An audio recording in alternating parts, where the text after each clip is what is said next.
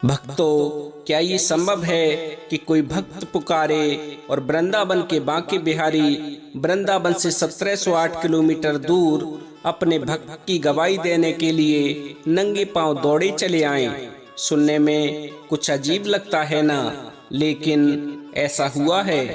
अपने भक्त की पुकार पर बांके बिहारी साक्ष्य देने के लिए वृंदावन से दौड़े चले आए और अपने भक्त की लाज रखने के लिए भरी पंचायत में पंचों के सामने गवाही दी और ये सिद्ध कर दिया कि यदि कोई आज भी सच्चे हृदय से प्रभु को पुकारे तो भगवान इस कलयुग में भी दौड़े चले आते हैं। कौन था वो भक्त जिसकी पुकार पर प्रभु नंगे पांव वृंदावन से दौड़े चले आए थे, और कहां की है ये घटना? आज की इस वीडियो में हम इसी विषय पर चर्चा करेंगे। भक्तों, आज के इस प्रसंग को मनगढ़ंत किस्सा या कहानी समझने की गलती बिल्कुल मत करना, क्योंकि आज जो कहानी हम आपको सुनाने वाले हैं वह इसी कलयुग की है और सच्ची घटना पर आधारित कहानी है, जिसका हम इस वीडियो के अंत में प्रमाण भी देंगे। मित्रों, आज की कहानी बड़ी ही सुंदर और अद्भुत है, इसीलिए आप सभी से करबद्ध निवेदन है, यदि आप इस कहानी को सुन रहे हैं तो कृपया पूरा सुने। आज की कहानी से आपको बहुत कुछ जानने और सीखने के लिए मिलेगा। तो चलिए साथियों, आपका और अधिक समय न लेते हुए सीधे आ जाते हैं आज की कहानी पर और आपको सुनाते हैं वृंदावन के बांके बिहारी जी के चमत्कारों की ये सच्ची कहानी। मित्रों, ये कहानी शुरू होती है भारत के दक्षिण प्रांत के उस गांव से, जिस गांव में त्रिलोचन और धनंजय नाम के दो ब्राह्मण रहते थे। भक्तों, जो त्रिलोचन जी थे वो तो एक वयोवृद्ध ब्राह्मण थे। उनके परिवार की गिनती उस गांव के समृद्ध परिवारों में की जाती थी। खूब रुपया पैसा था उनके घर में, किसी चीज की कोई कमी नहीं थी। लेकिन वही जो धनंजय था वह एक नौजवान लड़का था, जिसके माता पिता बचपन में ही उसे छोड़कर स्वर्ग सिधार चुके थे और अब वह मेहनत मजदूरी करके अपना पेट पालता था। एक फूटी कौड़ी भी नहीं थी उसके घर में, बड़ी मुश्किल से उसका गुजारा होता था। इसी प्रकार दोनों ब्राह्मण उस गांव में अपना जीवन गुजार रहे थे।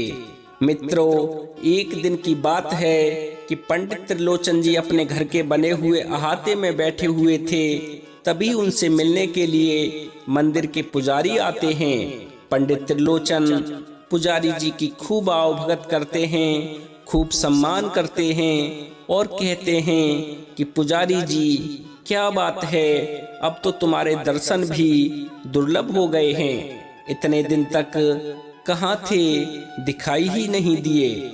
सब कुशल मंगल तो है ना? पंडित जी के पूछने पर पुजारी जी बोले कि पंडित जी, आपकी कृपा है, सब कुशल मंगल है, कोई दुख तकलीफ नहीं है। मैं पिछले 2 महीने से तीर्थ यात्रा पर गया हुआ था। तीर्थ यात्रा करके आज ही वापस लौटा हूँ। तभी मुझे कुछ लोगों से पता चला कि आपकी तबीयत ठीक नहीं है, तो मैं आपसे मिलने के लिए यहाँ चला आया। पंडित जी, मैं आपके लिए वृंदावन के बांके बिहारी मंदिर का प्रसाद लेकर आया हूँ, लीजिए, प्रसाद ग्रहण कीजिए। मित्रों, ये कहकर पुजारी जी ने अपनी झोली में हाथ डाला और अपनी झोली में से प्रसाद का पैकेट निकालकर पंडित जी को पकड़ा दिया। प्रसाद लेते हुए पंडित जी बोले कि पुजारी जी, ये तो आपने बड़ा ही अच्छा काम किया जो मेरे लिए भी आप प्रसाद ले आए। और सुनाओ, कैसी रही तुम्हारी तीर्थ यात्रा? पंडित जी के पूछने पर पुजारी जी बोले कि हे पंडित जी, तीर्थ यात्रा में बड़ा ही आनंद आया।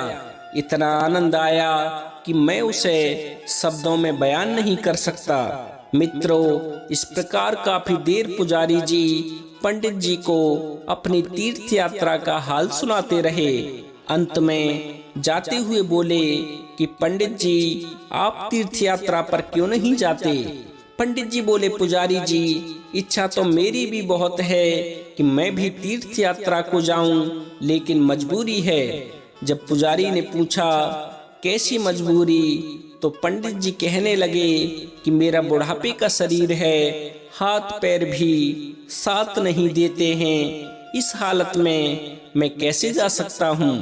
पुजारी जी बोले कि पंडित जी, तुम्हारा जवान बेटा है और जिसका जवान पुत्र हो उसे कैसी चिंता, तुम अपने बेटे से बात करो, वो तुम्हें तीर्थ यात्रा करा के लाएगा।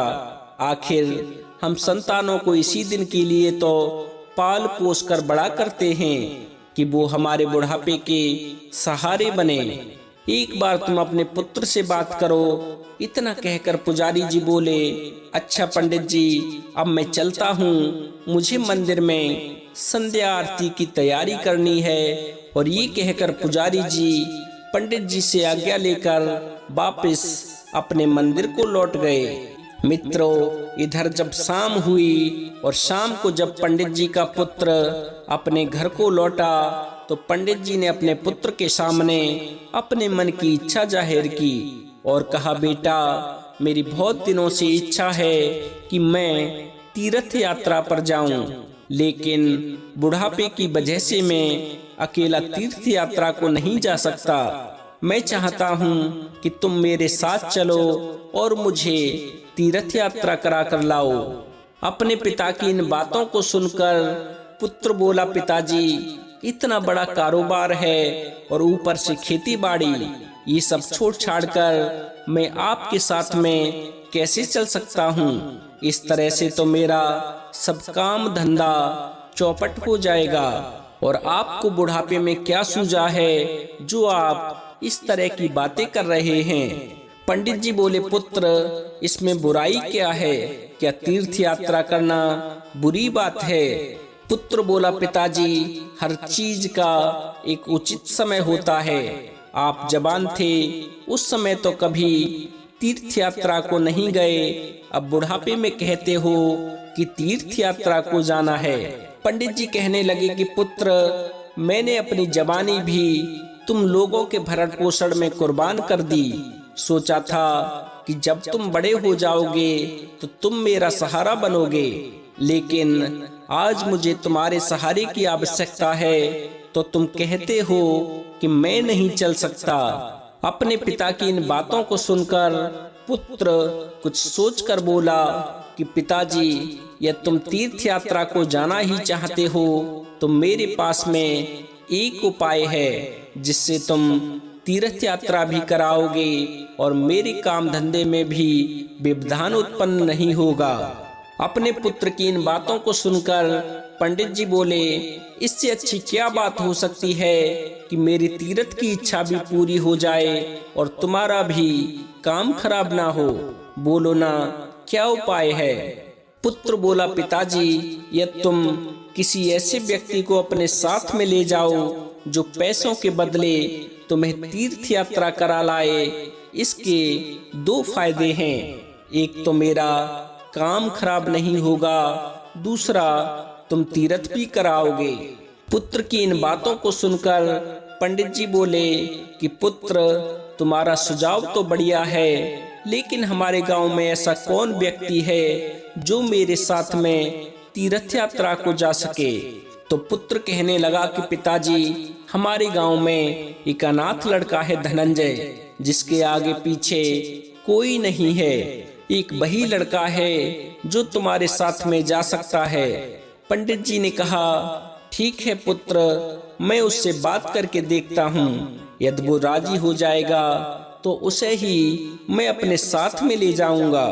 मित्रों, इतना कहकर पुत्र तो घर के अंदर चला गया और पंडित जी घर से बाहर निकल गए। चलते चलते पंडित जी धनंजय के पास में पहुँचे और धनंजय से कहा कि पुत्र, मैं एक इच्छा लेकर तुम्हारे पास में आया हूँ। धनंजय बोला, कहो न पंडित जी, आप मुझसे क्या चाहते हो? आप तो सिर्फ आदेश कीजिए, जो भी मेरी सामर्थ्य के अधीन होगा उसे मैं आपके लिए जरूर करूँगा। कहिए, आप मुझसे क्या चाहते हो? पंडित जी बोले, पुत्र धनंजय, मेरी बहुत दिनों से इच्छा है कि मैं तीर्थ करने जाऊं, लेकिन कुछ परिस्थितियां ऐसी हैं कि मैं चाहकर भी नहीं जा सकता। धनंजय कहने लगा कि पंडित जी, आप तो इतने पैसे वाले हैं, आपके पास में तो इतना पैसा है कि कहीं भी आ जा सकते हो, आपको कैसी दुविधा। पंडित जी कहने लगे कि पुत्र, जीवन में पैसा ही सब कुछ नहीं होता। यदि पैसा ही सब कुछ होता तो मैं कभी भी तुम्हारे पास यहाँ चलकर नहीं आता। धनंजय बोला, पंडित जी फिर क्या अड़चन है और आप मुझसे क्या चाहते हो? पंडित जी बोले, पुत्र मैं चाहता हूँ कि तुम मेरे साथ चलो। धनंजय बोला, पंडित जी चलने को तो मैं चल सकता हूँ, लेकिन पंडित जी बोले, पुत्र तुम्हें किसी भी चीज की चिंता करने की कोई आवश्यकता नहीं है, क्योंकि तीर्थ यात्रा में हम दोनों के ऊपर जो भी खर्चा आएगा उसे मैं खुद ही उठाऊंगा। और इतना ही नहीं, यदि तुम मुझे सकुशल यात्रा करा लाते हो तो मैं तुम्हें इतनी धनराशि भी दे दूंगा जितनी तुम एक साल में भी नहीं कमा पाते होगे। पंडित जी की इन बातों को सुनकर धनंजय सोचने लगा कि ये तो बड़ी अच्छी बात है, तीर्थ का तीर्थ भी हो जाएगा और कमाई की कमाई भी हो जाएगी, इससे अच्छा क्या हो सकता है। तुरंत ही धनंजय ने हाँ कर दी। पंडित जी ने कहा, तो ठीक है धनंजय, अब मैं चलता हूँ, कल प्रातः ही तुम मेरे घर पर आ जाना, भोर होते ही हम प्रस्थान करेंगे। धनंजय बोला, ठीक है पंडित जी, आप निश्चिंत होकर अपने घर को जाइए, मैं सूर्य उदय होने से पहले ही आपके घर पहुंच जाऊंगा। साथियों, इस प्रकार पंडित जी धनंजय से बात पक्की करके अपने घर को आ गए और घर आकर तीर्थ यात्रा की तैयारियों में जुट गए। मित्रों, अगला दिन हुआ तो अगले दिन की सुबह धनंजय पंडित जी के घर पहुंच गया। उधर पंडित जी तो पहले से ही यात्रा की तैयारी करके बैठे थे। धनंजय को देखते ही पंडित जी ने अपनी बेटी को आवाज लगाई कि बेटी निर्मला, देख धनंजय आया है, तू अंदर से कुछ इसके लिए खाने के लिए ले आ। भक्तों, पिता के इन वचनों को सुनते ही निर्मला एक भोजन की थाली ले आई। पंडित जी बोले, पुत्र धनंजय, पहले कुछ खा पी लो, फिर हम अपनी यात्रा का शुभारंभ करेंगे। मित्रों, पंडित जी की आज्ञा मिलते ही धनंजय हाथ मुंह धोकर भोजन करने बैठ गया। बड़ा ही स्वादिष्ट भोजन था। ऐसा भोजन उसने अपने पूरे जीवन में कभी नहीं पाया था। धनंजय ने भोजन किया। भोजन उपरांत धनंजय ने गठरी उठाई जिसमें यात्रा में काम आने वाली सभी वस्तुएं थी। इस प्रकार पंडित त्रिलोचन जी और गरीब ब्राह्मण धनंजय यात्रा के लिए निकल पड़े। सबसे पहले पंडित जी उड़ीसा के पुरी में स्थित जगन्नाथ मंदिर में पहुंचे और भगवान जगन्नाथ का दर्शन करके आगे बढ़ गए। इसी प्रकार पंडित जी ने कई और तीर्थ स्थलों का भ्रमण किया। पंडित जी को बड़ा ही आनंद आ रहा था भ्रमण में। मित्रों, कई तीर्थ स्थलों का भ्रमण करने के बाद पंडित जी देवनगरी हरिद्वार में पहुंचे। हरिद्वार पहुंचकर पंडित जी ने माँ गंगे को नमन किया, माँ गंगा में स्नान किया और कुछ दिन गंगा के तट पर रहकर ही विश्राम किया। कुछ दिन विश्राम करने के बाद पंडित जी धनंजय से बोले कि पुत्र धनंजय, मैं तुम्हारा ये एहसान जीवन भर नहीं भूलूंगा। यदि तुम नहीं होते तो कभी भी मैं इन तीर्थ स्थानों का भ्रमण नहीं कर पाता। पंडित जी की इन बातों को सुनकर धनंजय कहने लगा कि पंडित जी, इसमें एहसान की कोई बात नहीं है, ये तो आपका बड़प्पन है जो आप ऐसा बोल रहे हैं। उल्टा एहसान तो आपने मुझ पर किया है। आपकी बदौलत ही मैं तीर्थ स्थलों का दर्शन कर पाया हूँ, नहीं तो मेरी इतनी सामर्थ्य कहाँ थी। पंडित जी बोले, अच्छा छोड़ो इन बातों को, इन बातों में क्यों समय बर्बाद करें, आगे की सोचते हैं, आगे कहाँ चलना है। पंडित जी की इन बातों को सुनकर गरीब ब्राह्मण बोला कि पंडित जी, आप तो सिर्फ आदेश करिए, आप जहाँ भी बोलेंगे वहाँ मैं आपको ले चलता हूँ। पंडित जी बोले, पुत्र धनंजय, मैं सोच रहा हूँ कि इतनी दूर तक तो हम आ ही चुके हैं, क्यों ना यहाँ से हम ब्रजधाम चलें। मैंने सुना है जो भी भक्त सच्चे हृदय से ब्रजधाम को जाते हैं और वृंदावन में स्थित बांके बिहारी के दर्शन करते हैं, उनकी सभी मनोकामनाएं पूरी हो जाती हैं। क्यों ना हम ब्रजधाम को चलें। पंडित जी की इन बातों को सुनकर धनंजय बोला कि पंडित जी, मैंने भी बहुत कुछ सुना है वृंदावन के बांके बिहारी जी के बारे में। मेरी भी बहुत दिनों से इच्छा थी कि मैं भी वृंदावन जाकर बिहारी जी के दर्शन करके आऊं, लेकिन मेरी परिस्थितियां कुछ ऐसी थीं कि नहीं जा सका। अब ऐसा लगता है कि आपकी कृपा से मेरी ये इच्छा भी पूरी हो जाएगी। मैं ब्रजधाम चलने को तैयार हूँ। पंडित जी बोले, फिर ठीक है, आज रात और हम हरिद्वार में विश्राम करते हैं, कल सुबह हम वृंदावन को प्रस्थान करेंगे। इस तरह मित्रों, उस रात दोनों ब्राह्मण हरिद्वार में विश्राम करते हैं और जैसे ही सवेरा होता है तो सवेरा होते ही दोनों ब्राह्मण अपना सब सामान समेटते हैं, सामान की गठरी बनाते हैं और उस गठरी को लेकर वृंदावन को चल देते हैं। मित्रों, दोनों ब्राह्मण प्रफुल्लित मन से ईश्वर का गुणगान करते हुए चले जा रहे थे। अभी उन्होंने आधा रास्ता ही तय कर पाया था कि उनके साथ में एक घटना घट गई। हुआ ये कि जैसे ही दोनों ब्राह्मण एक गांव के नजदीक में पहुंचे, वैसे ही पंडित त्रिलोचन जी का पैर फिसल गया। पैर फिसलते ही पंडित जी का संतुलन बिगड़ गया और वे औंधे मुंह गड्ढे में जा गिरे। मित्रों, जैसे ही धनंजय के कानों में पंडित जी के गिरने की आवाज आई और पंडित जी ने मदद के लिए पुकारा, तो धनंजय ने पीछे मुड़कर देखा। धनंजय देखता है कि पंडित जी औंधे मुंह गड्ढे में गिरे पड़े हैं। ये देखकर फौरन ही धनंजय ने अपने सर से गठरी उतारी और मदद के लिए पंडित जी के पास पहुंच गया। बड़ी मुश्किल से धनंजय ने पंडित जी को गड्ढे से बाहर निकाला और गड्ढे से निकालकर पेड़ की छांव में बैठाया। मित्रों, गड्ढे में गिरने की वजह से पंडित जी के पैर में मोच आ गई थी और उनके पैर में सूजन बढ़ती ही जा रही थी। जब धनंजय ने देखा कि पंडित जी के पैर की सूजन बढ़ती ही जा रही है, तो उसने आसपास खेतों में काम कर रहे लोगों को बुलाया और उनसे पूछा कि भैया, क्या आसपास कोई वैद्य जी रहते हैं?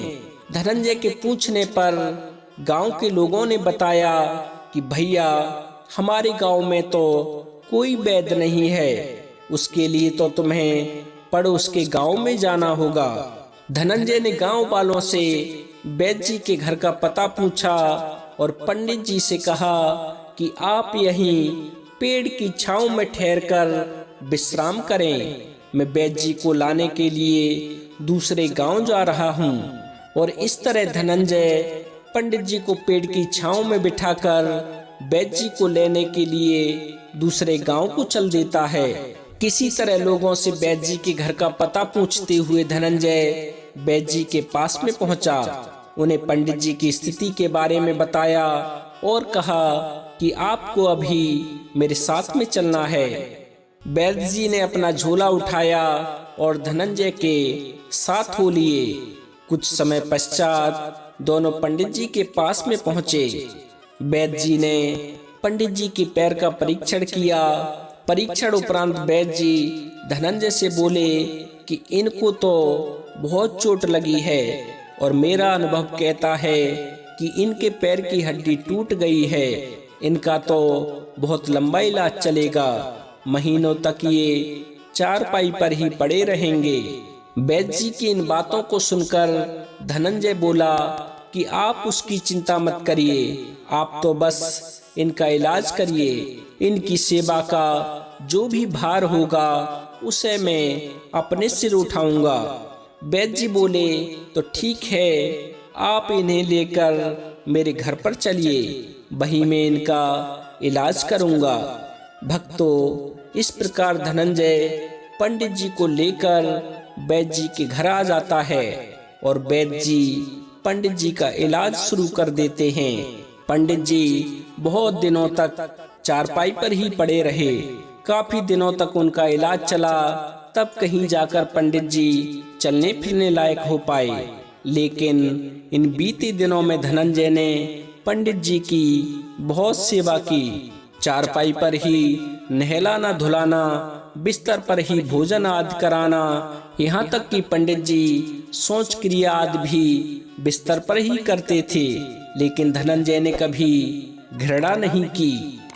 जैसे एक माँ अपने बच्चे की सेवा करती है, उसी प्रकार धनंजय ने पंडित जी की सेवा की। ये धनंजय की ही मेहनत थी कि आज पंडित जी अपने पैरों पर खड़े हुए थे। बहुत सेवा की थी धनंजय ने। पंडित जी धनंजय का ये सेवा भाव देखकर बहुत प्रसन्न हुए। उन्होंने धनंजय से कहा कि पुत्र, तुमने मेरी इतनी सेवा की है, या तुम्हारी जगह मेरा सगा पुत्र भी होता तो वह भी इतनी सेवा नहीं कर पाता। मैं तुम्हारी सेवा से बहुत प्रसन्न हूँ। बताओ धनंजय, तुम अपनी सेवा के बदले मुझसे क्या चाहते हो? आज तुम मुझसे जो भी मांगोगे उसे मैं देने के लिए तैयार हूँ। बताओ तुम मुझसे क्या चाहते हो?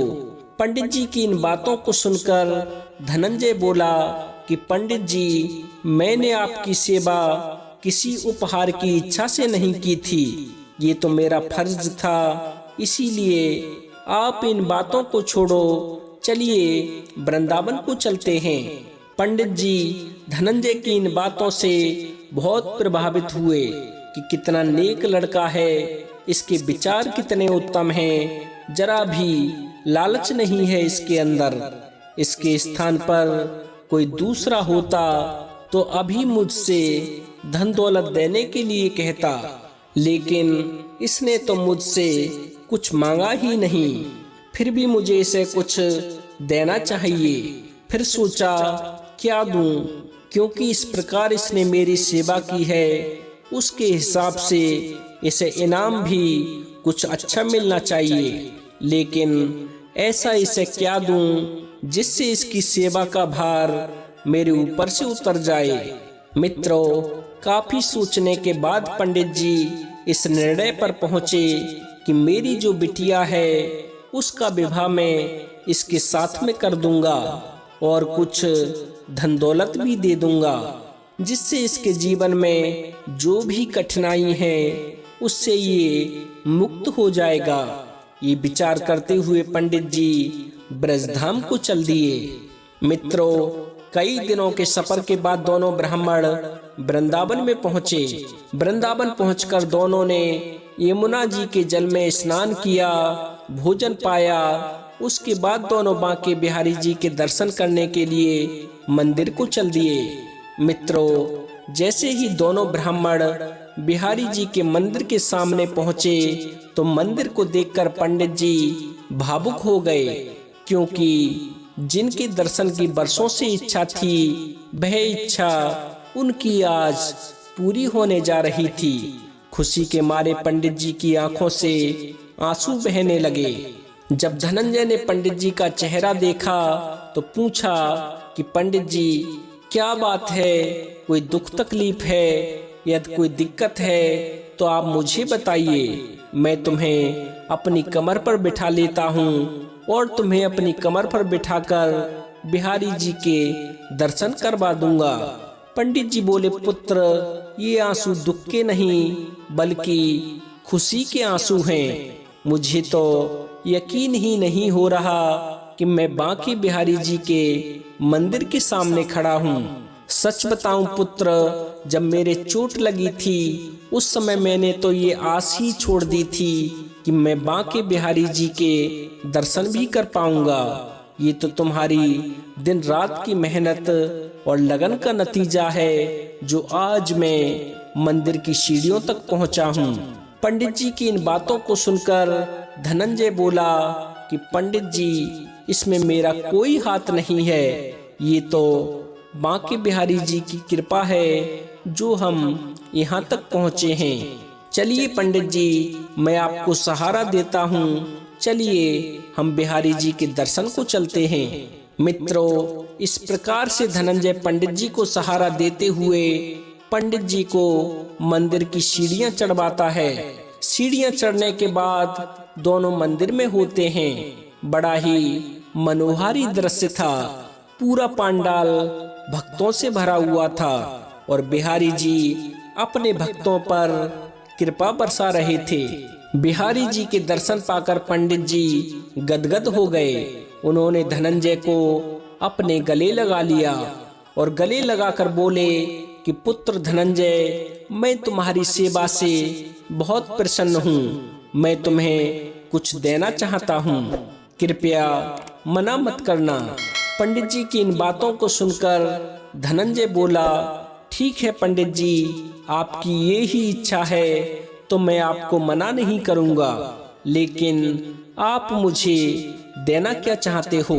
पंडित जी कहने लगे कि पुत्र, मेरी एक बेटी है जिसकी अवस्था अब विवाह योग्य हो चुकी है। मैं चाहता हूँ तुम मेरी बेटी को अपना लो। मैं तुम्हें अपनी बेटी देना चाहता हूँ। पंडित जी की इन बातों को सुनकर धनंजय तो अबाक रह गया, क्योंकि उसने इस बात की तो कल्पना भी नहीं की थी। वह तो सोच रहा था कि पंडित जी मेरी सेवा के बदले मुझे रुपया पैसा या सोना देने के लिए कहेंगे, या ज्यादा प्रसन्न हुए तो 2-4 बीघा खेती दे देंगे। लेकिन जब धनंजय ने सुना कि पंडित जी अपनी बेटी का विवाह मेरे साथ में करना चाहते हैं, मुझे अपना दामाद बनाना चाहते हैं, तो ये सुनकर धनंजय तो हैरान रह गया। उसे तो अपने कानों पर विश्वास ही नहीं हो रहा था। उसने पंडित जी से कहा कि पंडित जी, तुम होश में तो हो, तुम ये क्या बोल रहे हो? पंडित जी बोले, पुत्र धनंजय, तुम हैरान मत हो, मैंने ये निर्णय खूब सोच समझ कर लिया है। तुम तो बस हाँ कर दो, बाकी तुम मुझ पर छोड़ो। धनंजय बोला, पंडित जी, एक बार फिर सोच लो। आप तो जानते ही हो कि मैं कितना गरीब आदमी हूँ, मेहनत मजदूरी करके अपना पेट पालता हूँ, और कहाँ आप इतने बड़े आदमी। जब आपकी इन बातों को तुम्हारे परिवार वाले और गांव बस्ती वाले लोग सुनेंगे तो वे लोग आपसे क्या कहेंगे? पंडित जी बोले, धनंजय, तुम इन बातों को छोड़ो कि लोग क्या कहेंगे। मुझे उनकी परवाह नहीं है, क्योंकि बेटी मेरी है, मैंने पाला पोसा है, और उसके जीवन का निर्णय भी मैं ही करूँगा। मेरा अनुभव कहता है कि तुमसे अच्छा दामाद मुझे ढूंढे से नहीं मिलेगा। इसीलिए तुम लोगों की छोड़ो, अपनी बताओ, क्या तुम मेरी बेटी से विवाह के इच्छुक हो? पंडित जी की इन बातों को सुनकर धनंजय बोला कि पंडित जी, मैं तो इच्छुक हूँ, लेकिन आप सोच समझ लो, कहीं ऐसा ना हो कि आपको बाद में पछतावा हो। धनंजय की इन बातों को सुनकर पंडित जी बोले कि धनंजय, मैंने खूब सोच समझकर ये निर्णय लिया है, और कहीं तुम्हें ऐसा लगता हो कि मैं अपने वचनों से पलट जाऊंगा तो धनंजय, बांके बिहारी जी सामने हैं। मैं बांके बिहारी जी को साक्षी मानकर मैं तुम्हें ये वचन देता हूँ कि चाहे कुछ भी हो जाए, कोई कुछ भी बोले, धरती आसमान एक हो जाए, लेकिन मैं अपनी पुत्री का विवाह तुम्हारे साथ ही करूँगा। मैं बांके बिहारी जी के सामने तुम्हें अपना दामाद स्वीकार करता हूँ। अब तो यकीन है तुमको? धनंजय ने हाथ जोड़ लिए और कहा कि पंडित जी, अब आपको और कुछ बोलने की आवश्यकता नहीं है। मुझे यकीन हो गया है कि आप अपने वचनों से नहीं पलटेंगे। मित्रों, इस प्रकार दोनों ब्राह्मण ठाकुर जी के दर्शन करते हैं, साथ लाए हुए भोग को बिहारी जी को अर्पण करते हैं, प्रार्थना करते हैं और प्रार्थना करने के बाद बिहारी जी को प्रणाम करके मंदिर से बाहर आ जाते हैं। मंदिर से बाहर आकर पंडित जी धनंजय से कहते हैं कि पुत्र, बिहारी जी के दर्शन तो हो गए। बिहारी जी के दर्शन के बाद अब मुझे ऐसा लगता है कि अब हमें किसी अन्य तीर्थ पर जाने की कोई आवश्यकता नहीं है। यहाँ आकर तो मुझे ऐसा लगता है जैसे मेरे सभी तीर्थ सफल हो गए हों। पंडित जी की इन बातों को सुनकर धनंजय बोला, सच कहते हो पंडित जी, बिहारी जी की तो छवि ही इतनी सुंदर है। बिहारी जी की छवि को देखने के बाद और कुछ देखने की इच्छा ही नहीं करती। चलिए अब हम वापस अपने गांव को चलते हैं। मित्रों, इस प्रकार दोनों ब्राह्मण तीर्थ यात्रा करके अपने गांव वापस आ जाते हैं। गांव आकर पंडित जी धनंजय से कहते हैं कि पुत्र, अब तुम अपने घर को जाओ, मैं जल्दी ही तुम्हारे घर रिश्ता लेकर आऊंगा। लेकिन एक बात का ध्यान रखना, जब तक मैं तुम्हारे घर अपनी बेटी का रिश्ता लेकर ना आऊं, तब तक किसी से इस संबंध में कोई जिक्र मत करना। कहीं ऐसा ना हो कि कोई गांव वाला मेरे बीवी बच्चों को भड़का दे और बात बनने के स्थान पर और बिगड़ जाए। इसीलिए हमारे बीच में जो भी बातें हुई हैं उसका तुम किसी से जिक्र मत करना। धनंजय बोला, ठीक है पंडित जी, आप चिंता ना करें, हमारे बीच में जो भी बातें हुई हैं मैं उनका किसी से कोई जिक्र नहीं करूंगा। लेकिन तुमने मुझे जो वचन दिया है उस पर तुम कायम रहना, मुझे तुम्हारा इंतजार रहेगा। अच्छा, अब मैं चलता हूँ, इजाजत दीजिए। मित्रों, इस प्रकार धनंजय पंडित जी से इजाजत लेकर अपने घर को चला गया। उधर पंडित जी भी अपने घर पहुंच गए। शाम को पंडित जी का पुत्र अपने घर आया। जब उसने पंडित जी को घर पर देखा तो अपने पिता को देखकर पुत्र बोला, पिताजी, आपकी तीर्थ यात्रा कैसी रही और लौटने में इतना समय कैसे लग गया? कोई दुख तकलीफ तो नहीं हुई यात्रा में? पंडित जी बोले, पुत्र, यात्रा में परेशानी तो बहुत आई थी, लेकिन भला हो उस लड़के का और ठाकुर जी का, उन्होंने मेरे सब दुख को सुख में बदल दिया। बहुत सेवा की उस लड़के ने। पिता के इन वचनों को सुनकर पुत्र बोला, वो तो ठीक है पिताजी, लेकिन उस धनंजय ने यात्रा के बदले में पैसे कितने लिए? कहीं तुमने उसे अधिक पैसे तो नहीं दे दिए? पंडित जी बोले, पुत्र, धनंजय बहुत ही नेक लड़का है, उसने मुझसे अभी तक 1 रुपया भी नहीं मांगा। पिता के मुख से ये वचन सुनकर पुत्र को बड़ी हैरानी हुई कि इतने दिन वह पिताजी के साथ रहा, इतने दिन उसने सेवा की, फिर भी 1 रुपया नहीं लिया। ये कैसे हो सकता है?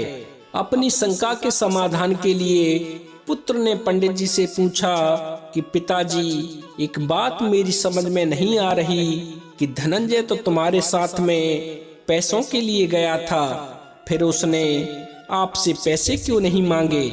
कहीं ऐसा तो नहीं कि उसके मन में लालच आ गया हो और वह हमसे ज्यादा धन देने की कामना रखता हो? पंडित जी बोले, पुत्र, मैं उसकी सेवा के बदले धन नहीं कुछ और देना चाहता हूँ। पुत्र बोला, अच्छा, आप उसे जमीन देना चाहते हो? कोई बात नहीं पिताजी, आपकी इच्छा उसे जमीन देने की है तो उसे नदी किनारे वाली जमीन दे देना, उसमें वैसे भी कुछ नहीं होता है, आए दिन उसमें बाढ़ आ जाती है। पंडित जी बोले, पुत्र, मैं उसे जमीन से भी बढ़कर कुछ और देना चाहता हूँ। जब पुत्र ने पूछा, फिर आप उसे क्या देंगे? तो पंडित जी कहने लगे कि मैं उसको उसकी सेवा के बदले उसके साथ में तुम्हारी बहन का विवाह करना चाहता हूँ। बड़ा ही अच्छा लड़का है, निर्मला उसके साथ में सुखी रहेगी। अपने पिता के मुख से इन बातों को सुनकर पुत्र बोला कि पिताजी, कहीं आपकी मत तो नहीं मारी गई है? कहाँ वो मेहनत मजदूरी करने वाला गरीब लड़का और कहाँ मेरी बहन निर्मला? कहीं आपकी बुद्धि तो नहीं सटिया गई? आप ये कैसी बहकी बहकी बातें कर रहे हो? मैं हरगिज भी ऐसा नहीं होने दूंगा। पंडित जी बोले, पुत्र, लेकिन मैंने धनंजय को वचन दिया है कि मैं अपनी पुत्री का विवाह उसके साथ ही करूंगा। पिता की इन बातों को सुनकर पुत्र कहने लगा कि पिताजी, तुम्हें अपने वचनों की पड़ी है। तुमने ये सोचा है कि तुम्हारा ये एक निर्णय निर्मला का जीवन बर्बाद कर देगा और हमारी समाज में जो इज्जत है उसे मिट्टी में मिला देगा। लेकिन तुम्हें तो कोई परवाह ही नहीं है। ना तो तुम्हें मेरी बहन के भविष्य की चिंता है और ना ही हमारे मान सम्मान की। पिताजी, तुम एक बात कान खोलकर सुन लो, दोबारा इस घर में उस धनंजय का नाम मत लेना, नहीं तो मुझसे बुरा कोई नहीं होगा। मित्रों, पिता पुत्र की लड़ाई सुनकर पंडित जी की पत्नी भी वहां आ गई। जब उसने सुना कि पंडित जी गरीब ब्राह्मण धनंजय के साथ में मेरी पुत्री का विवाह करना चाहते हैं, तो ये सुनकर तो उनकी पत्नी भी पंडित जी से लड़ गई। कहने लगी कि तुम होते कौन हो मेरी बेटी के जीवन का निर्णय करने वाले? तुम कैसे पिता हो? प्रत्येक पिता अपनी बेटी का विवाह अपने से अच्छे घर में करना चाहता है और तुम चाहते हो कि मेरी बेटी किसी गरीब के घर में जाए। मैं कदापि भी ऐसा नहीं होने दूंगी। मित्रों, जब माँ बेटा दोनों एक सुर में हो गए तो पंडित जी अकेले पड़ गए। उनकी एक न चली। अंत में पंडित जी बोले, फिर मैं उस धनंजय को क्या जवाब दूंगा? पिता की इन बातों को सुनकर पुत्र कहने लगा कि आपको उस 2 कौड़ी के आदमी को जवाब देने की क्या आवश्यकता है? यदि वो कुछ कहेगा तो मैं देख लूंगा, लेकिन तुम गलती से भी किसी के सामने ये मत कहना कि मैंने धनंजय को अपनी बेटी से विवाह करने का वचन दिया है। पुत्र की इन बातों को सुनकर पंडित जी बोले, ठीक है पुत्र, अब मैं वही करूंगा जो तुम चाहते हो। हालांकि पंडित जी की इच्छा नहीं थी, लेकिन परिवार के दबाव में आकर वो ये सब करने के लिए तैयार हो गए। मित्रों, इस प्रकार पंडित जी को अपने घर रहते हुए पूरा 1 महीना बीत गया। 1 महीना बीत जाने के बाद भी जब पंडित जी अपनी बेटी का रिश्ता लेकर धनंजय के घर नहीं पहुँचे तो धनंजय को चिंता सताने लगी। धनंजय सोचने लगा, कहीं पंडित जी ने विचार तो नहीं बदल लिया। फिर सोचा, नहीं, ऐसा नहीं हो सकता। पंडित जी ने मुझे बांके बिहारी जी के सामने ये वचन दिया है, वो अपने वचन से पीछे नहीं हट सकते। कोई और कारण होगा जिसकी वजह से पंडित जी अपनी बेटी का रिश्ता लेकर मेरे घर नहीं आ पाए हैं। फिर सोचा, कहीं पंडित जी की दोबारा से तबीयत तो खराब नहीं हो गई, कहीं वो बीमार तो नहीं पड़ गए। मुझे एक बार उनके घर चलकर देखना चाहिए कि माजरा क्या है। मित्रों, यही सोचकर धनंजय पंडित जी से मिलने के लिए उनके घर को चल देता है। उधर घर के बाहर खड़े हुए पंडित जी के पुत्र की नजर आते हुए धनंजय पर पड़ती है, तो धनंजय को देखकर वह अपने पिता से कहता है कि पिताजी, धनंजय आ रहा है, आप घर के अंदर जाइए। मैं अभी उसे डरा धमका कर यहाँ से रुखसत करता हूँ। मित्रों, इस प्रकार पंडित जी के लड़के ने अपने पिता को तो घर के अंदर भेज दिया और स्वयं दरवाजा घेरकर खड़ा हो गया। जब धनंजय पंडित जी के घर के दरवाजे पर पहुंचा और दरवाजे पर पंडित जी के पुत्र को खड़ा हुआ पाया, तो पंडित जी के पुत्र को देखकर धनंजय उससे बोला कि भैया, मुझे पंडित जी से मिलना है। क्या तुम बता सकते हो कि इस समय पंडित जी मुझे कहाँ मिलेंगे? धनंजय की इन बातों को सुनकर पंडित जी का पुत्र बोला कि धनंजय, पिताजी की तो अभी तबीयत ठीक नहीं है, उनसे तुम अभी नहीं मिल सकते। लेकिन यदि तुम्हारा कोई पंडित जी के साथ में कुछ लेना देना हो तो आप मुझे बता दीजिए, वो मैं तुम्हें दे देता हूँ। धनंजय बोला, भैया, लेना देना तो कुछ नहीं है, कुछ जरूरी बात है, उसी के लिए मैं पंडित जी से मिलना चाहता हूँ। एक बार तुम घर के अंदर जाओ और पंडित जी से कहना कि धनंजय आया है और वो तुमसे मिलना चाहता है। पंडित जी का लड़का बोला, भाई, तुम्हें बोला ना कि पंडित जी से अभी तुम नहीं मिल सकते, जो भी जरूरी बात है उसे आप मुझे बताइए, मुझे भी तो पता चले कि ऐसी क्या जरूरी बात है।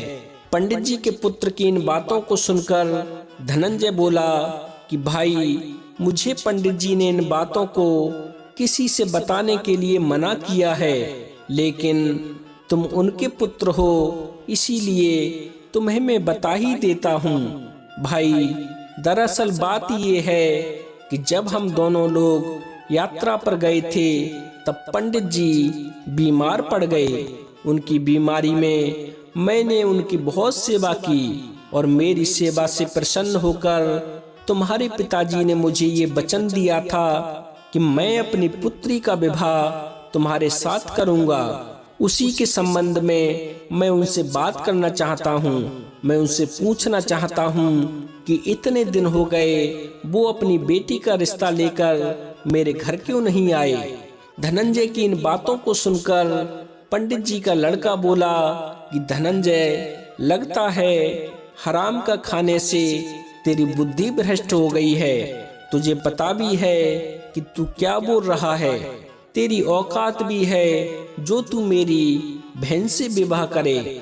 धनंजय, या तेरे कुछ पैसे बाकी हों तो तू मुझे बता, पैसे ले और चुपचाप यहाँ से बाहर निकल जा, नहीं तो इतनी मार पड़ेगी कि तू जिन पैरों से चलकर आया है उन पैरों से चलकर दोबारा अपने घर नहीं जा पाएगा। धनंजय बोला, भाई, जो कुछ भी मैं बोल रहा हूँ मेरी एक बात सत्य है। पंडित जी का लड़का बोला, ठीक है, मैं अभी पिताजी से पूछता हूँ। अभी दूध का दूध और पानी का पानी हो जाएगा कि तुम कितना सच बोल रहे हो। ये कहकर उसने दरवाजे से ही आवाज लगाई कि पिताजी, तुमने इस धनंजय को क्या कोई वचन दिया है? अपने पुत्र के पूछने पर पंडित जी घर के अंदर से ही बोले कि नहीं पुत्र, मैंने किसी को कोई वचन नहीं दिया है। पंडित जी की इन बातों को सुनकर धनंजय की हालत तो ऐसी हो गई जैसे काटो तो खून नहीं। धनंजय अपने आप को ठगा सा महसूस करने लगा। उसे तो ये विश्वास ही नहीं हो रहा था कि एक ब्राह्मण अपने वचन से कैसे पलट सकता है। उसने पंडित जी से कहा कि पंडित जी, आप झूठ क्यों बोल रहे हो? बांके बिहारी को साक्षी मानकर तुमने ही तो मुझे ये वचन दिया था कि मैं अपनी पुत्री का विवाह तुम्हारे साथ करूंगा। अब तुम अपनी बातों से ही मुकर रहे हो। एक बार तुम घर से बाहर निकलकर मेरे सामने आओ और मेरी आंखों में आंख डालकर बोलो कि आपने मुझसे ये कहा था या नहीं कहा था। पंडित जी का लड़का बोला, देख धनंजय, तेरा नाटक बहुत हो गया। अब तू यहाँ से जाता है या नहीं, या तू अभी के अभी मेरी नजरों से ओझल नहीं हुआ तो ये तेरे लिए अच्छा नहीं होगा।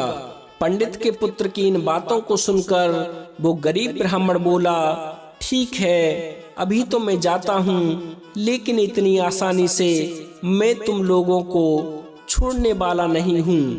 पूछा, क्या करोगे? तो धनंजय कहने लगा कि मैं इसके लिए पंचायत बुलाऊंगा अब तो इस बात का फैसला पंचायत में ही होगा कि आपने मुझसे ये कहा था या नहीं कहा था। धनंजय के मुख से पंचायत का नाम सुनकर पंडित जी का लड़का बोला कि देख धनंजय, तुझे जिसके पास में भी जाना है वहां जा, लेकिन आज के बाद यहाँ आने की गलती मत करना। मित्रों, इस प्रकार धनंजय पंडित जी के घर वालों से अपमानित होकर अपने घर वापस लौट गया। मित्रों, अगला दिन हुआ तो अगले दिन की सुबह धनंजय ने पंचायत बुलाई। जब पंचायत बैठी तो पंचों के आदेश पर पंडित जी को भी अपने लड़के के साथ में पंचायत में आना पड़ा। जब सभी लोग आ गए तो पंचों ने धनंजय से पूछा कि धनंजय, क्या बात है, किस लिए तुमने ये पंचायत बुलाई है।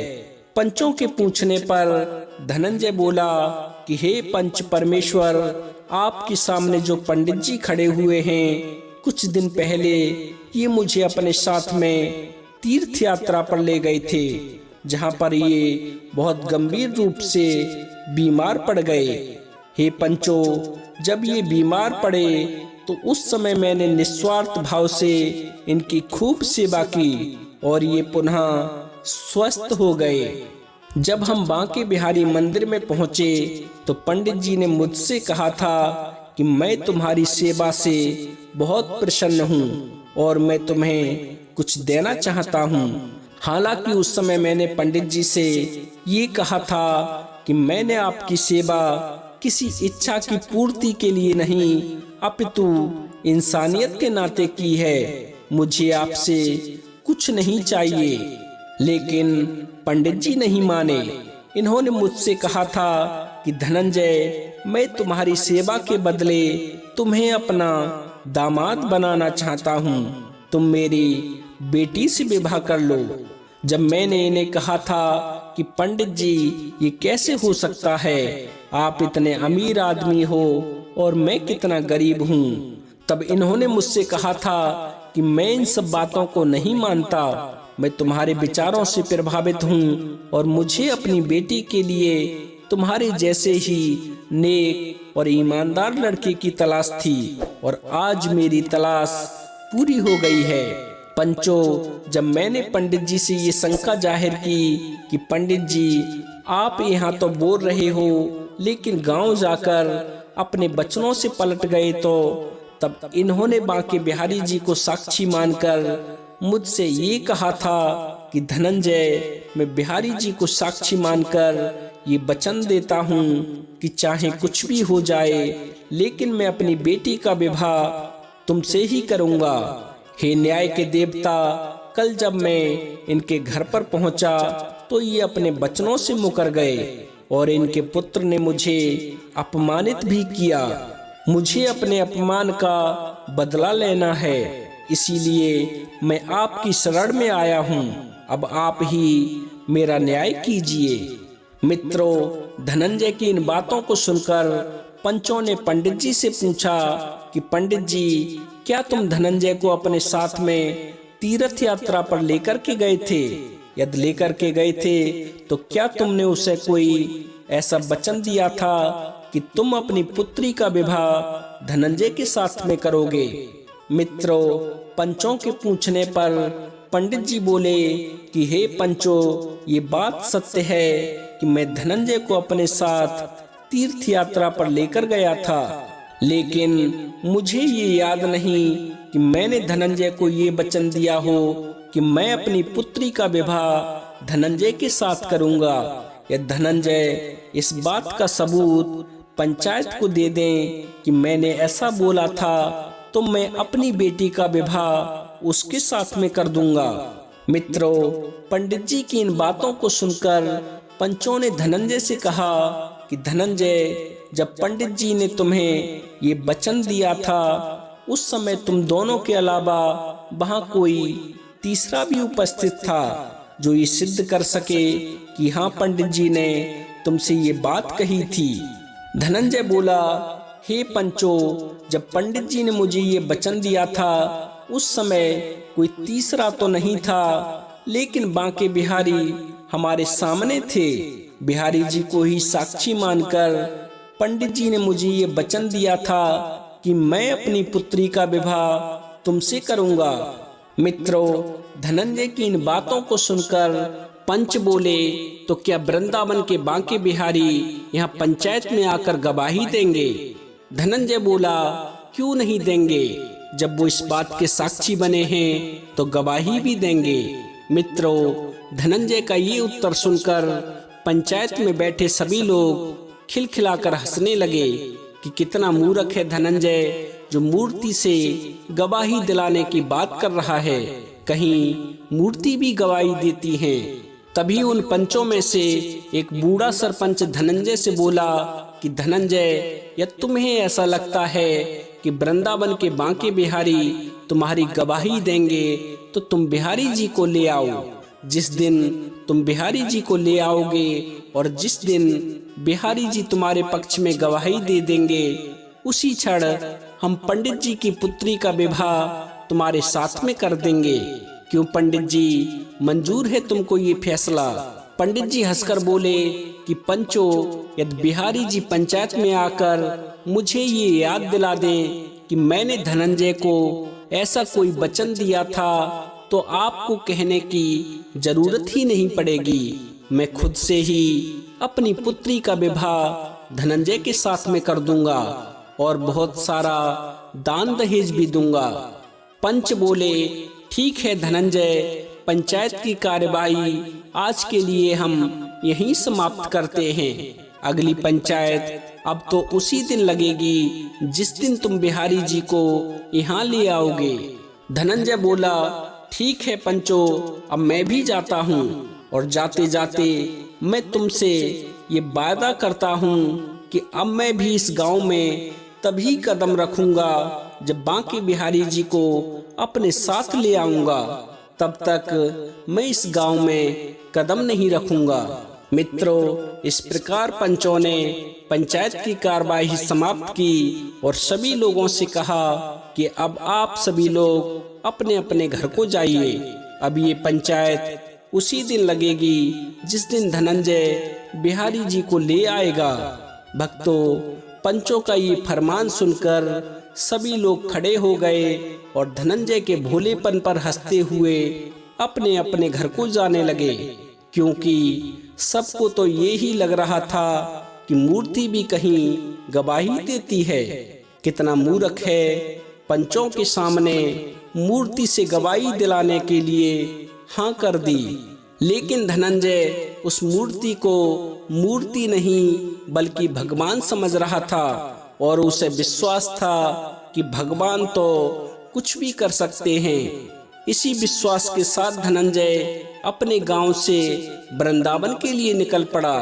चलते चलते एक बार पुनः वह वृंदावन के बांके बिहारी मंदिर में पहुंचा। जब वह बांके बिहारी मंदिर में पहुंचा, उस समय तक ठाकुर जी का शयन हो चुका था।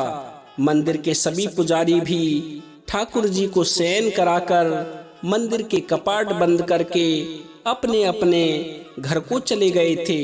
जब धनंजय मंदिर के अंदर पहुंचा और जब उसने कपाट बंद देखे तो धनंजय दुविधा में पड़ गया। वो सोचने लगा कि अभी तो मंदिर के कपाट बंद हैं, कल सुबह जाकर ये कपाट खुलेंगे, तब कहीं मैं बिहारी जी के सामने अपनी बात रखूंगा। बिहारी जी को लेकर मुझे अपने गांव भी जाना है, इस तरह से तो मुझे बहुत देरी हो जाएगी। यही सोचकर उसने मंदिर का दरवाजा खटखटाया। एक बार खटखटाया, 2 बार खटखटाया। जैसे ही उसने तीसरी बार दरवाजा खटखटाया तो अंदर से आवाज आई कि कौन है जो दरवाजा खटखटा रहा है। ये सुनकर धनंजय बोला कि प्रभु, मैं धनंजय बड़ी दूर से चलकर तुम्हारे पास में आया हूँ। अंदर से आवाज आई, हे ब्राह्मण देवता, इतनी रात में तुम हमारे पास में क्यों आए हो? हमसे क्या चाहते हो? इस पर धनंजय बोला, प्रभु आपको तो याद ही होगा, कुछ दिन पहले जब मैं एक वृद्ध ब्राह्मण के साथ तुम्हारे दर्शन को आया था, तब उस वृद्ध ब्राह्मण ने आपके सामने मुझसे ये कहा था कि नहीं कि मैं बिहारी जी को साक्षी मानकर ये वचन देता हूँ कि मैं अपनी पुत्री का विवाह तुमसे ही करूँगा, ऐसा बोला था कि नहीं? अंदर से आवाज आई, बिल्कुल बोला था। धनंजय बोला, प्रभु लेकिन अब वह वृद्ध ब्राह्मण अपने वचनों से मुकर रहा है और कहता है कि मैंने तुम्हें कभी ये वचन ही नहीं दिया कि मैं अपनी पुत्री का विवाह तुम्हारे साथ करूंगा। प्रभु उसने मुझे भरी पंचायत के सामने झूठा भी साबित कर दिया। मित्रों, धनंजय की इन बातों को सुनकर प्रभु अंदर से ही बोले, तो इसमें मैं क्या कर सकता हूँ? धनंजय बोला, प्रभु एक आप ही तो हो जो मेरी मदद कर सकते हो। आपके सिवाय संसार में कोई दूसरा नहीं है जो मेरी मदद करे। प्रभु ने पूछा, वो कैसे? तो धनंजय कहने लगा कि प्रभु आपके सामने ही पंडित जी ने मुझे ये वचन दिया था, आप ही इस बात के इकलौते गवाह हो। अब तो आपकी गवाही ही मेरा विवाह करा सकती है। प्रभु बोले, धनंजय लेकिन मुझे गवाही किसके सामने देनी है? क्या तुम किसी को अपने साथ में लेकर यहाँ आए हो? धनंजय बोला, प्रभु मेरे साथ में तो कोई नहीं आया है, मैं तो अपने गांव से अकेला ही आया हूँ। आपको मेरे साथ मेरे गांव चलना है और मेरे गांव में ही भरी पंचायत में ये गवाही देनी है कि मैं जो कुछ भी बोल रहा हूँ मेरी एक एक बात सत्य है।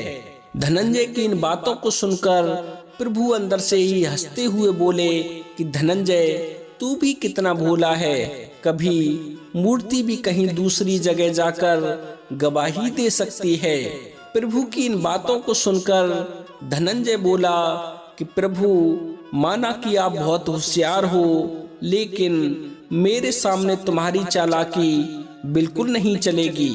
प्रभु ने कहा, धनंजय इसमें चालाकी की क्या बात है? तो धनंजय कहने लगा कि प्रभु जब मूर्ति बोल सकती है तो गवाही देने के लिए क्यों नहीं जा सकती? मित्रों, धनंजय की इन बातों को सुनकर अब तो प्रभु भी फंस गए। प्रभु सोचने लगे कि मैं तो इस भक्त को भोला भाला समझ रहा था, ये तो बड़ा तेज निकला, इसने तो मुझे ही फंसा दिया। अब क्या करना चाहिए? ठाकुर जी एकदम से खामोश हो गए। जब अंदर से कोई उत्तर नहीं आया तो नौजवान ब्राह्मण दरवाजा पीटते हुए बोला कि प्रभु अब खामोश रहने से काम नहीं चलेगा। यदि तुमने मुझे कोई उत्तर नहीं दिया तो मैं भी तुम्हें चैन से सोने नहीं दूंगा। मैं बहुत दूर से चलकर तुम्हारे पास में आया हूँ और मैंने ये प्रण लिया है कि जब तक तुम मेरे साथ नहीं चलोगे तब तक मैं अन्न का एक दाना भी नहीं खाऊंगा। प्रभु यकीन मानिए, कोई छोटी मोटी बात होती तो मैं कभी तुम्हें परेशान नहीं करता। यदि आज आप मेरे साथ नहीं गए तो लोग मुझे तो झूठा कहेंगे ही, साथ ही आपकी प्रतिष्ठा पर भी दाग लग जाएगा। अब तो प्रभु भी बड़े असमंजस में पड़ गए। सोचा क्या करूं, जाऊं या ना जाऊं? लेकिन कहते हैं ना, भक्त के बस में है भगवान। यदि भक्त का भाव सच्चा है तो ये कोई बड़ी बात नहीं है कि मूर्ति में से भगवान प्रकट हो जाएं। लेकिन ऐसा भाव गिने चुने हुए लोगों के अंदर ही देखने को मिलता है, और जिनके अंदर भी ये भाव पैदा हो जाता है उनकी भगवान से दूरी नहीं रहती है। भगवान तो सिर्फ भाव के भूखे हैं। मित्रों, धनंजय के इसी भाव के चलते भगवान प्रकट हो गए और कपाट खोलकर बाहर आए। साक्षात प्रभु को देखकर धनंजय गदगद हो गया, पैरों में लौट गया प्रभु के। प्रभु ने धनंजय को उठाया और गले लगाते हुए बोले कि धनंजय, तुम्हारे भाव ने हमें प्रकट तो कर लिया है और हम चलने के लिए भी तैयार हैं, लेकिन चलने से पहले हमारी एक शर्त है। धनंजय बोला, प्रभु आपकी जो भी शर्त है वो मुझे सभी स्वीकार है, आप तो सिर्फ मेरे गांव को चलिए। बिहारी जी बोले, धनंजय पहले सुन तो लो हमारी शर्त क्या है। बिना सुने ही तुम बोल रहे हो कि मुझे तुम्हारी सभी शर्त स्वीकार हैं। प्रभु की इन बातों को सुनकर धनंजय बोला कि प्रभु मैं जानता हूँ आपकी जो भी शर्त होगी उसमें कोई न कोई लोक कल्याण का मर्म छुपा होगा, इसीलिए मुझे आपकी सभी शर्तें मंजूर हैं। बिहारी जी सोचने लगे कि बड़ा अजीब भक्त है, कुछ सुनने को ही राजी नहीं है। प्रभु जोर देकर बोले कि धनंजय पहले सुन लो, नहीं तो बाद में तुम मुझे ही दोषी ठहराओगे कि प्रभु आपने पहले क्यों नहीं बताया। प्रभु की इन बातों को सुनकर धनंजय बोला, ठीक है प्रभु, आप अपनी शर्त बताइए, मेरे साथ चलने के लिए आपकी क्या शर्त है। प्रभु बोले, धनंजय पहली बात तो हम वृंदावन के ठाकुर हैं, हमें भूख बहुत लगती है, क्या तुम हमारी तृप्ति कर पाओगे। धनंजय बोला, प्रभु ये भी कोई कहने वाली बात है, मैं आपके लिए गुड़ चना लाया हूँ ना, तुम्हें जब भी भूख लगे तो मुझे बता देना, मैं तुम्हें गुड़ चना खिला दिया करूँगा। प्रभु कहने लगे, धनंजय हम वृंदावन के ठाकुर हैं, यहाँ तो हमें मालपुआ और 56 प्रकार का भोग लगता है, खूब माखन मिश्री खाते हैं, लेकिन कोई बात नहीं, तुम्हारे पास गुड़ चना है तो हम उसी में गुजारा कर लेंगे। धनंजय बोला, प्रभु बस इतनी सी बात, ये बात तो तुम मुझे रास्ते में भी बता सकते थे। प्रभु बोले, धनंजय ये बात तो थी ही, इसके अलावा भी एक बात और है। धनंजय बोला, प्रभु जो भी कहना है थोड़ा जल्दी कहो, क्योंकि मेरा गांव बहुत दूर है और मेरे गांव पहुंचने में बहुत समय लग जाएगा।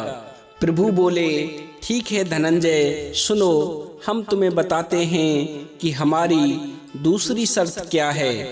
हमारी दूसरी शर्त ये है कि आगे आगे तुम्हें चलना है, तुम्हारे पीछे हम चलते रहेंगे, थोड़ी थोड़ी देर बाद तुम हमें भोग लगाते रहना, हम पाते रहेंगे, लेकिन गलती से भी तुम हमें पीछे मुड़कर मत देख लेना, क्योंकि जहां तुमने हमें पीछे मुड़कर देख लिया वहीं हम स्थिर हो जाएंगे। फिर चाहे तुम हमसे कितनी भी मिन्नतें करना, लेकिन वहां से हम 1 इंच भी आगे नहीं बढ़ेंगे। तुम्हें हमारी ये शर्त मंजूर हो तो हम तुम्हारे साथ में चलने के लिए तैयार हैं। धनंजय बोला, प्रभु मुझे आपकी ये शर्त स्वीकार तो है, लेकिन मुझे एक संशय है। जब प्रभु ने पूछा कैसी संशय, तो धनंजय बोला कि प्रभु मैं आगे आगे चलूंगा और तुम मेरे पीछे पीछे, ऐसे में मुझे कैसे पता चलेगा कि आप मेरे पीछे ही हो। और दूसरी बात, जब मैं आगे चलूंगा तो फिर मैं तुम्हें भोग कैसे पवाऊंगा। प्रभु कहने लगे कि मेरे पैरों में जो घुंघरू है ना, उन घुंघरुओं की आवाज से तुम्हें पता चलता रहेगा कि मैं तुम्हारे पीछे ही हूँ। और रही बात मेरे भोग की, तो तुम चलते चलते ही पीछे हाथ करके भोग लगाते रहना, मैं पीछे से ही भोग पाता रहूंगा। धनंजय बोला, फिर ठीक है प्रभु। मित्रों, इस प्रकार धनंजय आगे आगे चलने लगा और बिहारी जी पीछे पीछे। बीच बीच में धनंजय प्रभु को भोग पवा देता और प्रभु पीछे ही चलते हुए धनंजय के हाथ से भोग पा लेते। मित्रों, जिस मार्ग से धनंजय प्रभु को ले जा रहा था वह कच्चा रास्ता था और उस मार्ग में कुछ दूरी तक रेत भी पड़ती थी। जैसे ही धनंजय उस मार्ग से गुजरा तो रेत की वजह से जो घुंघरू की आवाज धनंजय के कानों में पड़ रही थी, वो आवाज आना बंद हो गई। जब प्रभु के पैरों में बंधे हुए घुंघरुओं की आवाज आना बंद हो गई तो धनंजय थोड़ा परेशान हो गया। धनंजय सोचने लगा, क्या बात है, प्रभु के पैरों में बंधे हुए घुंघरू की आवाज क्यों नहीं आ रही है? कहीं प्रभु पीछे तो नहीं रह गए? कहीं ऐसा तो नहीं कि प्रभु थक गए हों और थक कर आराम करने बैठ गए हों और मैं चलता ही जा रहा हूँ, लेकिन पता कैसे करूँ? प्रभु ने तो मुझे देखने के लिए ही मना किया है, क्या करूँ? फिर सोचा थोड़ा और आगे चलता हूँ। इस प्रकार ये सोचते हुए धनंजय थोड़ी दूर और चला और चलते चलते गांव की सीमा के पास पहुंच गया, लेकिन घुंघरुओं की आवाज उसे अब भी नहीं आ रही थी, क्योंकि जो रेतीला मार्ग था वो अभी भी समाप्त नहीं हुआ था। अब तो उसका धैर्य जवाब देने लगा। उसने चलते चलते ही प्रभु को आवाज लगाई कि प्रभु तुम मेरे पीछे ही हो ना, लेकिन प्रभु ने कोई जवाब नहीं दिया। अब तो धनंजय को प्रभु की चिंता सताने लगी। सोचा देखूं तो सही प्रभु आ भी रहे हैं या नहीं आ रहे हैं। मित्रों, जैसे ही धनंजय ने पीछे मुड़कर देखा तो धनंजय के पीछे मुड़कर देखते ही बिहारी जी एकदम से खड़े हो गए। प्रभु को देखकर धनंजय की जान में जान आई। धनंजय ने कहा, प्रभु आप आ रहे हो, मुझे तो ऐसा लगा था कि मेरे प्रभु कहीं पीछे तो नहीं रह गए। चलो अब चलते हैं। जो सामने गांव दिखाई दे रहा है यही मेरा गांव है। बिहारी जी बोले, धनंजय अब मैं एक कदम भी आगे नहीं रखूंगा। मैंने तुम्हें पहले ही बोल दिया था कि जहां तुमने मुझे पीछे मुड़कर देख लिया वहीं मैं स्थिर हो जाऊंगा।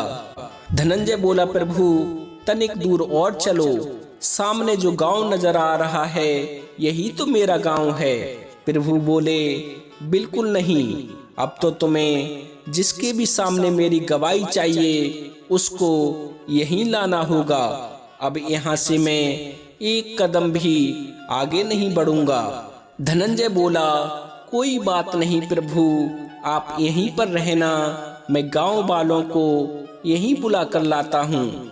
मित्रों, ये कहकर धनंजय दौड़ता हुआ अपने गांव में पहुंचा और गांव में पहुंचकर जोर जोर से चिल्लाकर कहने लगा कि चलो गांव वालों, मेरी गवाही देने के लिए बिहारी जी आए हैं। मित्रों, जैसे ही गांव वालों के कानों में ये आवाज पड़ी कि ठाकुर जी गवाही देने के लिए आए हैं, तो ये सुनकर तो सभी ग्रामवासी अपने अपने घरों से बाहर आ गए। उन लोगों में पंडित जी भी थे, पंच परमेश्वर भी थे और गांव वाले तो पहले से ही थे। जब पंचों ने पूछा कि धनंजय कहाँ है तुम्हारे बांके बिहारी जी, हमें तो नजर ही नहीं आ रहे, तो धनंजय बोला, आप मेरे साथ आइए, बिहारी जी गांव के बाहर खड़े हुए हैं। मित्रों, जैसे ही गांव वाले धनंजय के साथ में गांव के बाहर आए और जैसे ही गांव वालों की नजर बिहारी जी पर गई तो साक्षात गोपाल जी को देखकर गांव वालों के तो होश उड़ गए। किसी को अपनी आंखों पर ये विश्वास ही नहीं हो रहा था कि कोई मूर्ति भी अपने भक्त की लाज रखने के लिए, अपने भक्त की गवाही देने के लिए वृंदावन से कई सौ मील चलकर यहाँ आ सकती है। लेकिन सच्चाई सामने थी, कोई झुठला भी तो नहीं सकता था। एक भक्त के विश्वास ने प्रभु को इतनी दूर चलकर आने के लिए विवश कर दिया था। जब सभी लोग आ गए तो बिहारी जी ने कहा कि गांव वालों, मैं इस बात की गवाही देता हूँ कि धनंजय जो भी कह रहा है उसकी कही एक एक बात सत्य है। तुम्हारे सामने ये जो पंडित जी खड़े हुए हैं, इन्होंने मेरे सामने ही धनंजय को ये वचन दिया था कि मैं अपनी पुत्री का विवाह धनंजय से करूंगा और उसे दान दहेज भी दूंगा। इस बात का मैं साक्षी हूँ। मित्रों, इतना सुनते ही पंडित जी हाथ जोड़कर खड़े हो गए और धनंजय से माफी मांगते हुए बोले कि पुत्र, मुझे माफ कर देना। मुझे नहीं पता था कि तुम प्रभु के इतने बड़े भक्त हो। मैं आज और अभी तुम्हारे साथ में अपनी पुत्री का विवाह करता हूँ। मित्रों, इसके बाद पंडित जी ने अपनी पुत्री को बुलाया और सभी गांव वालों के सामने ही अपनी पुत्री का कन्यादान कर दिया। उसके बाद सभी गांव वालों ने धनंजय से माफी मांगी और कहा, धनंजय, जब तुमने ये कहा था कि मेरी गवाही बिहारी जी देंगे, उस समय हमें ये विश्वास नहीं था, क्योंकि हम तो भगवान को सिर्फ मूर्ति ही समझ रहे थे। लेकिन तुम्हारे विश्वास ने तो मूर्ति को भी चलने पर मजबूर कर दिया। हम सभी गांव वाले तुम्हारे इस विश्वास को नमन करते हैं। धनंजय, तुम धन्य हो, धन्य हो, धन्य हो। इसके बाद पंडित जी का पुत्र आगे आया। उसने हाथ जोड़कर धनंजय से माफी मांगी और कहा कि धनंजय, हो सके तो मुझे माफ कर देना, क्योंकि सबसे बड़ा गुनाह तो मैंने ही किया है। मैंने ही पिताजी को ये बोलने पर विवश किया था कि आप धनंजय से कहें कि मैंने धनंजय को कोई वचन नहीं दिया है। मेरे कहने पर ही पिताजी ने तुमसे ऐसा बोला था। वैसे मैं माफी के काबिल तो नहीं हूँ, लेकिन हो सके तो मुझे भी माफ कर देना। मित्रों, इस प्रकार सभी ने बारी बारी से धनंजय से माफी मांगी और धनंजय ने सभी को माफ कर दिया। मित्रों, ये घटना सतयुग या द्वापर की नहीं है, बल्कि इसी कलयुग की है। और जिस मंदिर को आज हम साक्षी गोपाल मंदिर के नाम से जानते हैं, उस मंदिर में जो खड़ी मुद्रा में भगवान श्याम सुंदर की मूर्ति है, वह वही मूर्ति है जो धनंजय के साथ में वृंदावन से चलकर उसके गांव आई थी, जिसे कालांतर में उड़ीसा राज्य के पुरी में स्थित भगवान जगन्नाथ के मंदिर से लगभग 20 किलोमीटर दूर सत्यवादीपुर में स्थापित कर दिया गया था। और तब से ये मूर्ति आज भी उस जगह पर स्थित है और इस बात की गवाही देती है कि सच्चे भक्त के लिए भगवान कभी भी आ सकते हैं। बस विश्वास ऐसा होना चाहिए जैसा धनंजय ने दिखाया था। तो मित्रों, ये थी साक्षी गोपाल मंदिर की कहानी, जिसे आप अपने YouTube चैनल सत्यार्थ दर्शन पर देख रहे थे। आपको ये कहानी कैसी लगी, कृपया हमें कमेंट के माध्यम से अवश्य बताएं। यदि आपको आज की कहानी पसंद आई हो तो कृपया वीडियो को लाइक करें, हमारे चैनल सत्यार्थ दर्शन को सब्सक्राइब करें और हो सके तो इस कहानी को अपने मिलने वालों के साथ भी अवश्य साझा करें। तो साथियों, आज के लिए बस इतना ही। मिलते हैं ऐसे ही अन्य ज्ञानवर्धक वीडियो में। तब तक के लिए आप सभी भक्तों को मेरी तरफ से जय श्री कृष्णा, जय श्री राधे, जय श्री श्याम। बोली श्री बांके बिहारी लाल की जय। बोली श्री साक्षी गोपाल की जय। जय जय श्री राधे श्याम।